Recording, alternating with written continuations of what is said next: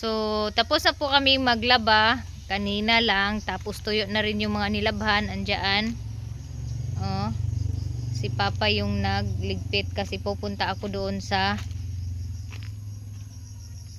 pinagmawiran ko kahapon para itapo ko yung mga damo na minawer ko kahapon. Medyo hapon na, 5 mahigit na po mga maninay, kasi ako'y nagpahinga muna ng ilang oras pagkatapos maglaba kanina, dahil alam niyo na matanda na, ang dami ng mga pinaramdam pag naglaba, masakit na yung balakang pagkatapos, kasi magpo 40 na si Maninay sa katapusan. Wala bang mag-greet dyan sa akin ng advance happy birthday? Wala pong manok kasi yung mga manok namin ay maliit pa, kaya wala munang birthday. Ano, good health lang, sapat na. Ayan, dito ako dumaan sa maisa ni kuya. Dito kasi kahit alas 6 na walang problema kasi malapit lang sa bahay. Doon sa lupa ng pinsan ko kasi malayo yun, so kailangan mo pang magsakay ng motor or tricab bago makarating doon. Tapos yung tubo ng mais ni kuya is hindi pantay, may mga maliliit pa, may mataba na at malaki, merong kakasibo lang. Ayan oh, iwan ko kung bakit hindi nagpantay yung ano, siguro sa lupa matagal tumubo siguro yung iba. Ayan, andito na ako guys, and then I'm so excited na kasi malinis na po yung, wala na pong ano oh, buhay na damo dyan. So bukas kung hindi uulan ngayon ay masunog ko na tong mga pinutol na damo kasi medyo tuyo na. Iwin, sumama sa akin si Iwin oh. Yung paligid, ang sarap na sa mata tingnan kasi ano na siya, naputol na talaga yung mga damo-damo. Pagkatapos kung maitapok at masunog tong mga inawer ko kahapon, iimamawer ko na naman to ulit para tanggalin yung mga ugat-ugat ng damo para hindi siya agad magtubo ba.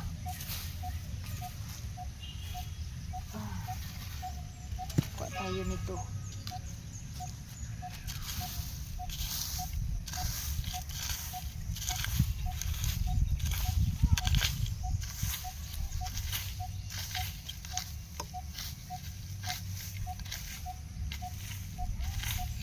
Meron kasing iba na natabunan tapos hindi pa pala naputol, kaya hindi pa perfect yung pagkamawer dito, kailangan pa siyang ulitin.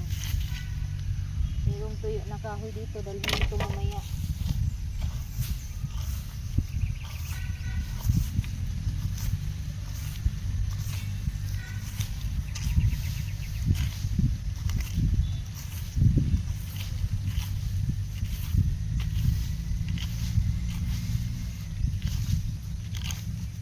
Actually pwede na ito masunog mga maninay dahil medyo tuyo na siya. Kung may ano, may laya na langkay, pwede na to siyang sunugin. Ano na to siya.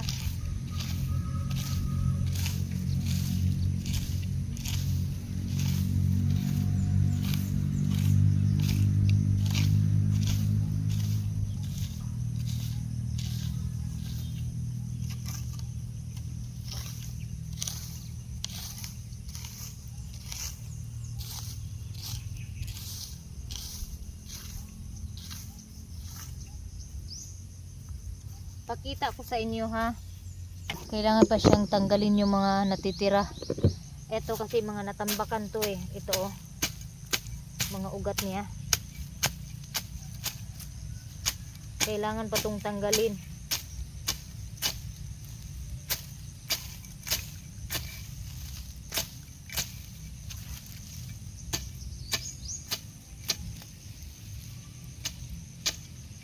Natambakan to sa ano, mga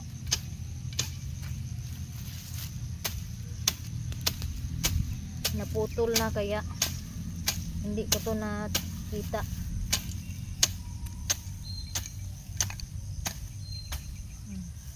Ganito kakapal yung ugat niya, kaya kailangan talaga siyang kutkutin, tanggalin yung mga ugat niya para hindi siya tumubo ulit.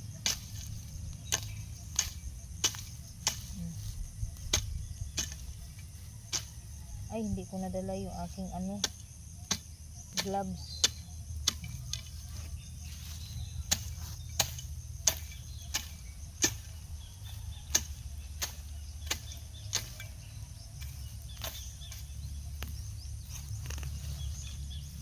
Ayan.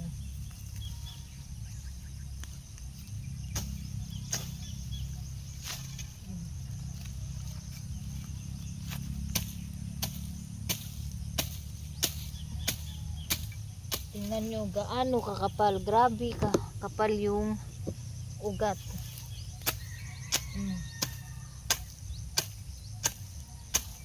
Kaya kailangan talaga siyang balikan sa pag tanggalin yung mga ugat.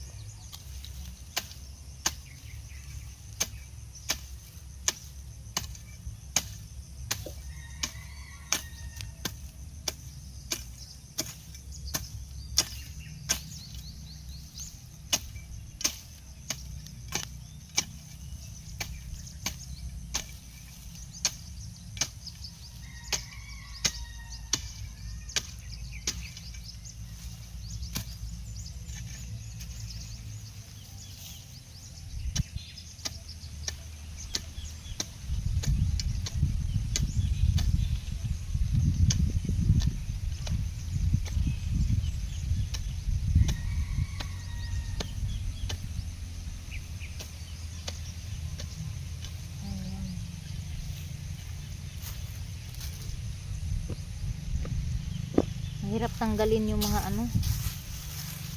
Aray. Naku, nakalimutan ko talaga yung aking gloves.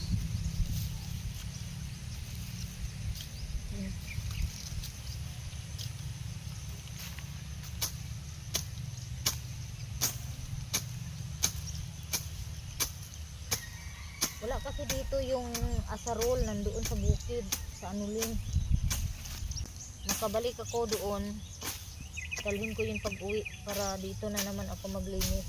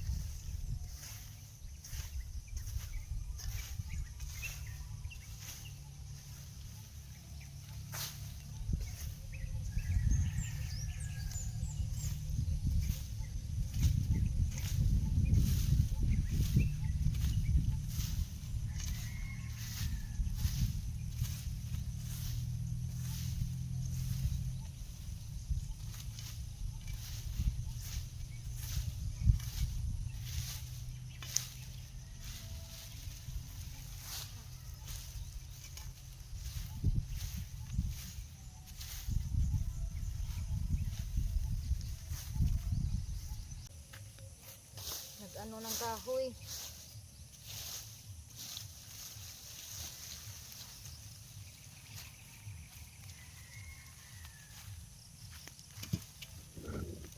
Dito ko ano to, itabi.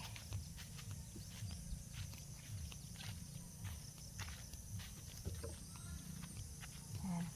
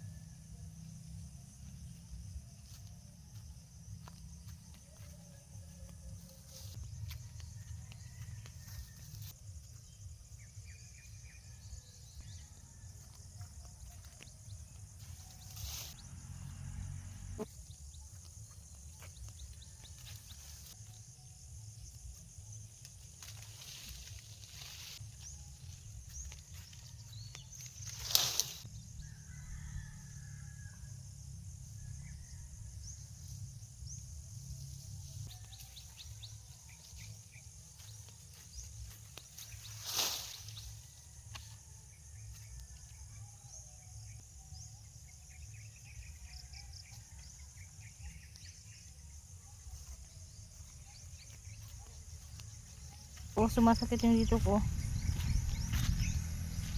Baba ng tangkubo.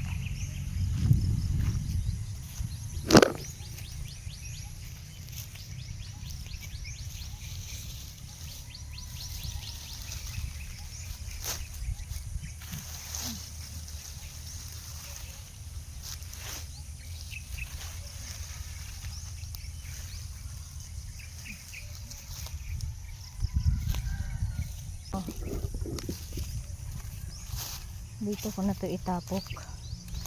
Hindi ko ano pa sa malayo.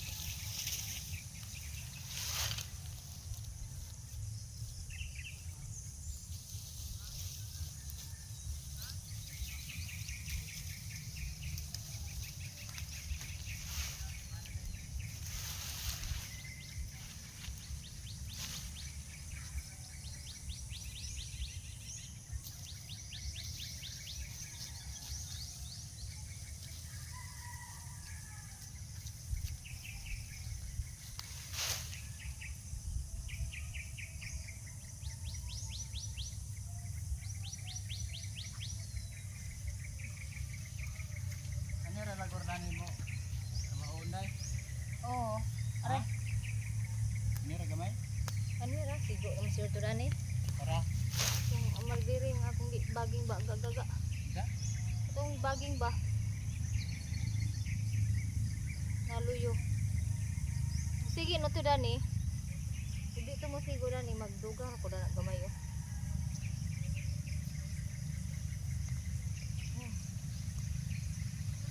Kay kuan man tagduha man ka metros ang kalayon kada punuan. Dili nga pa. Mulberry lagi. Kasakit sa akong kuan. Sakit ng likod ko. Tabi po. At age 40, daghan akong gipamati, guys. Mura na kuanig kuan. Kani siya mga tuyo to na kahoy. Ahoning bughaon para nami isuglod. May panggatong kami. Yan.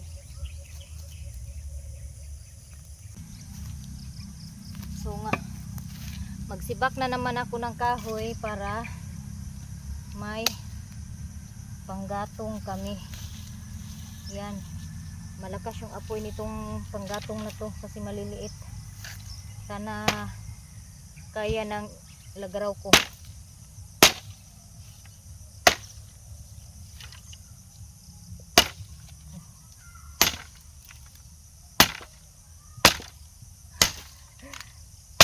Hindi ako makaano ng lakas sa kawilang kamay ko kasi baka sumakit yung daliri ko na sugat.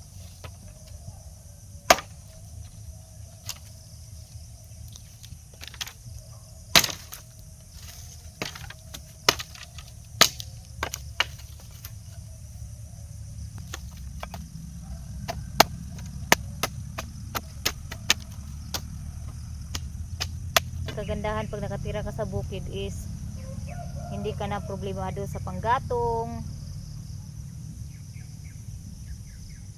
Kaso nga lang tubig yung problema dito sa amin kasi minsan walang aga sa tubig munang mag lisod sa amo og dili mo agas walay tubig mo agas lisod kayo ilabi na wala may kabaw walay baka o walay motor nga magamit pag sagob pinakalisod kaayo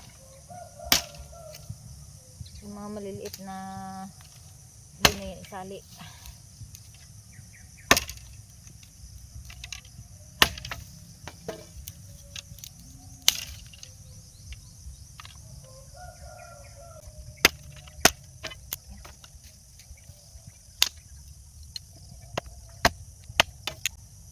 Yung ibang mga tao sa bayan pumupunta dito lalo na pag nakikita nilang maraming mga putol-putol na sanga or may mga gipang putol nga kahoy. Dito sila nangunguha dati ng panggatong. Kaso ngayon ubos na. Wala ka na makitang mga sanga ng plakata na mga gipang gabas. Wala na yung makuan kay nahurot na. Kaya ang ginagawa namin dati, iniimbak namin para in case na magulan hindi na mahirapan dahil meron ng imbak na panggatong. Sana wala masok na langgam sa aking puwit at mga gat dahil nakaupo ako dito.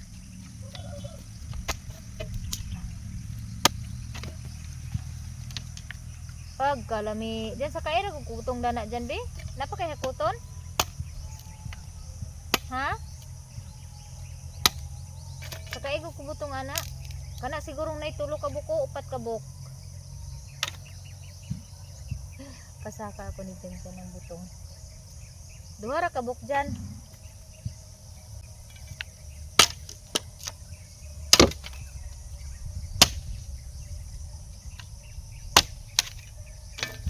Libre kami manguha ng butong, wag lang marami, mga 4, 5. Pag maramihan hindi na yan pwede, magalit na si mama.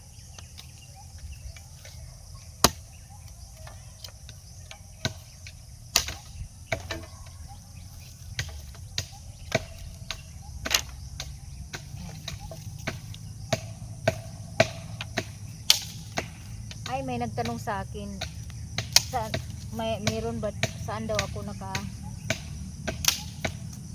yung tungkol sa home credit ko. Dati kasi Sa home credit kasi ako nangungutang ng cellphone.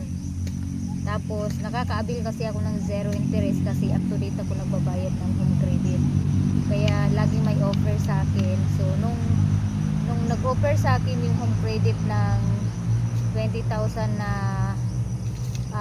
sa Visa credit card, i-grab ko kasi nung time na pasukan, wala akong ano doon, wala akong sahod. I-grab na ako tong opportunity para makabili ako ng mga gamit sa bata. Wala, kadaghan ba na si kuha? Mauna na siya dyan, di na guwang dyan. Guwang man siguro na ba dyan? Murag naramdan ni sa luyo oh. Kanang nasa taas oh. Dili, nada niyo. Kanang ibabaw na nang naisa guwang. Dili. Oh. Ha? Matanda na yan dyan.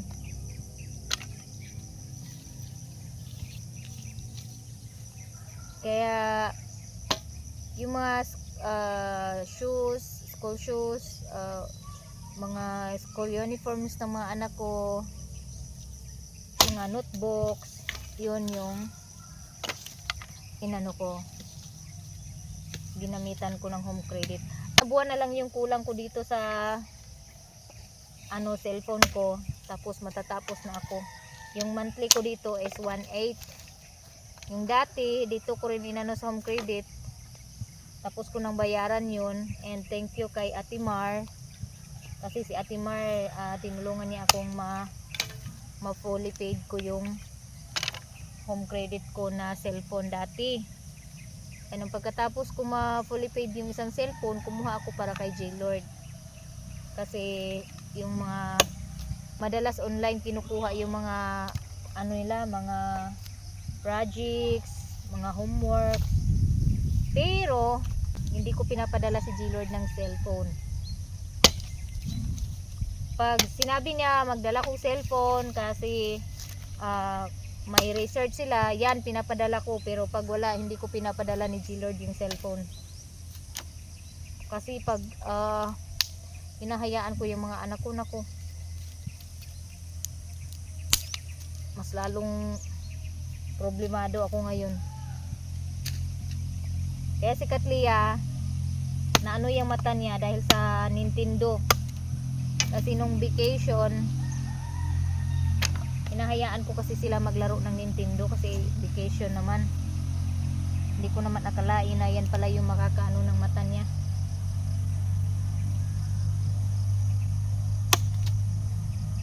Grabe ang liit na. Talagang sinali pa ni Maninay.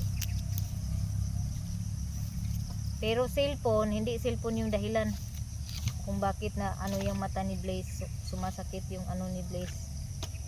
May diferensya yung mata ni Blaze ngayon. Ang dahilan niyan ay Nintendo. Yung pinadala sa kanila ni Tano na laruan.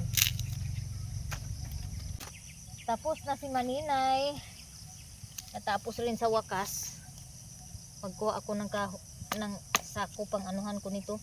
Ang tigas! Maliit siya pero ang tigas. Kaya sulit talaga ang mga maliliit, guys.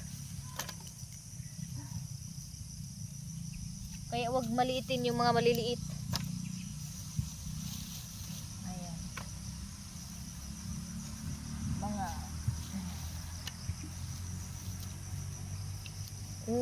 sakit ang ko dito oh. Dito sa baba ng dito. Sakit. Matanda na talaga si Maninay, guys. So i-greet niyo ako, guys, ng happy birthday kasi birthday ko sa 30. Hindi na, wala na. Hindi na yun babalik si Janjan. Tapos na siguro yun maghakot ng kahoy. Ay, sayang. Sarap pa naman sana uminom ng tubig ng butong. Mali yung nakuha niya, matanda na yung nakuha niya. Pwede na kwarta, ibaligya. So Konting kembot na lang guys. So sakto na mag-ugat na yung mga tinanim kong mulberry. Patapos ko naman to linisan dito. Kailangan kasi tanggalin yung mga ugat nito kasi pag inulan to, naku, bukas may mga dahon na to. Sinasabi ko sa inyo. Kasi iba tong damo na to eh. Burikat yung tawag namin dito eh. Tinatawag namin burikat kasi kung saan saan tumutubo to. Tapos ang ihirap pa naman tanggalin ng mga ano nito, ugat. Mga stem kasi talagang umaano siya sa ilalim. Yan oh. Oh, meron pa oh. Hindi pa naputol. Mga ligo ugma, dili magkumpiyansa sa ilang mga anak, ilang bantayan para iwas disgrasya. So, mara na guys ang ako ang video for today. I hope nga daghan pang mutanaw sa akong vlog. Unya, dili ma-skip ang ad sa akong vlog. Shout out sa tanan akong mga viewers and subscribers nga laging nagko-comment sa aking video, sa mga nag-silent viewers dyan. Maraming salamat and shout out sa inyong lahat. Sana po ay hindi kayo magsawang manood ng aking video guys. That's it for today's video. Sana po ay mag-ingat po tayong lahat.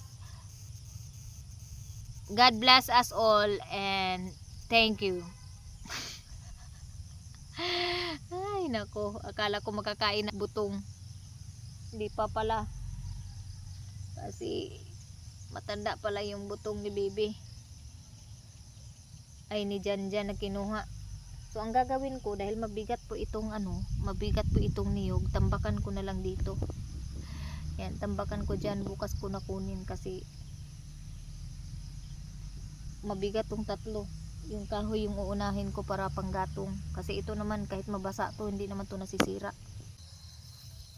Ay nako, nahulog pa yata.